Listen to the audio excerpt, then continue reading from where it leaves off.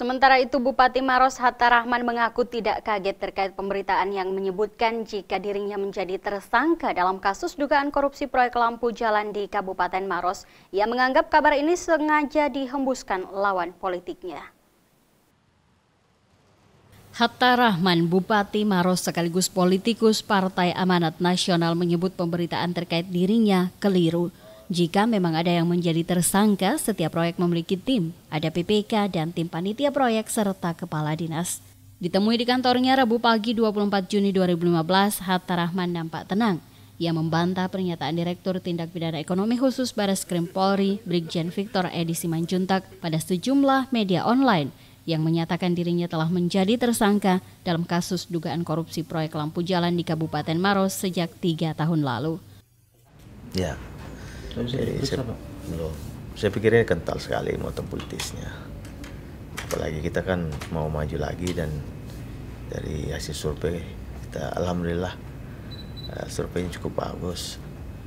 Ya, jadi ya inilah salah satu jalan mungkin menghambat kami. Tapi saya ikhlas, tidak ada masalah. Menjadi bupati itu bukan tujuan utama saya.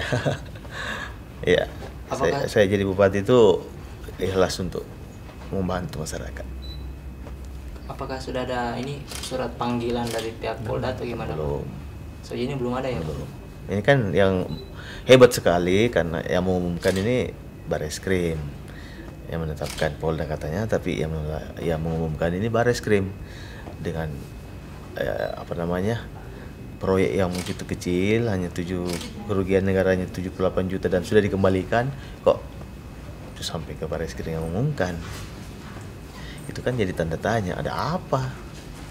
Kalau bukan nuansa politik, ya tentu ya, harus ada anunya kan, dasar.